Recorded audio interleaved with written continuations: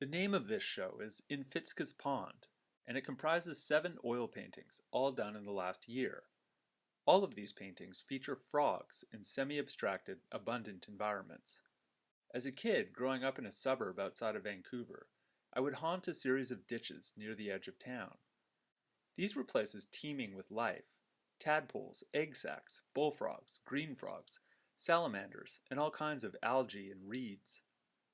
This was the landscape I wanted to spend all my time in, because the possibilities for exploration felt endless. If you looked closer, you would only see more. I felt, and still feel, that I have something to learn from frogs.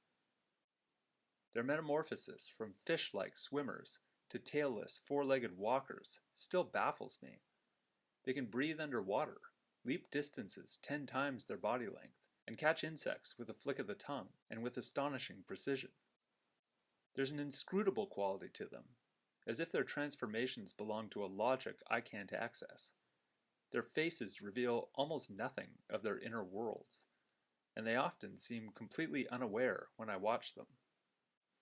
But then I'll move a toe, and they dart away like lightning. They never seem to hesitate. They simply act. Some friends of mine live on a piece of land in the Laurentians. They have a pond named after their old dog, Fitzca. The pond gets incredibly lush and fills up with frogs in the spring. I went out to visit them a few times last year. Donning hip waders, a bug jacket, and a mosquito hat, I waded into the pond to spend some hours observing the variety of life in this tiny ecosystem. Frogs would torpedo away as I entered, but over time they resurfaced, floating passively as I took photos at water level. It felt like a psychedelic experience, these close-up encounters with aquatic life forms. Amphibians, the result of hundreds of millions of years of evolution, fighting, eating, avoiding death, reproducing, laying eggs, dying. It all adds up to a tremendous form of intelligence. They are as contemporary as we are.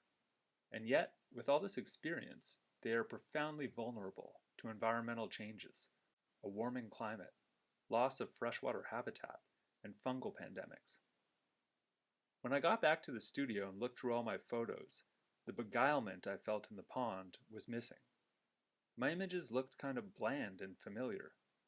As is, they could never stand in for what I felt in the pond.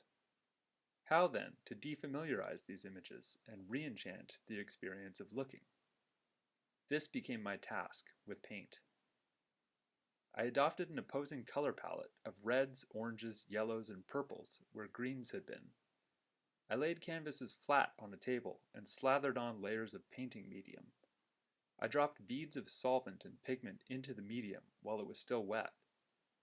The solvent ate away at the medium's varnish.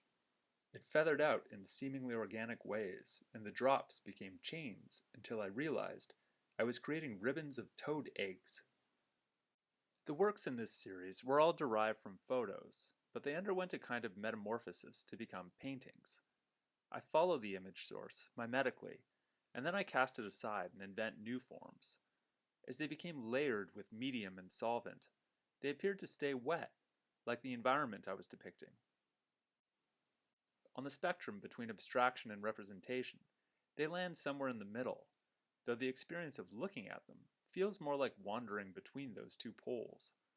The seduction takes place at the level of image and at the level of material in turn.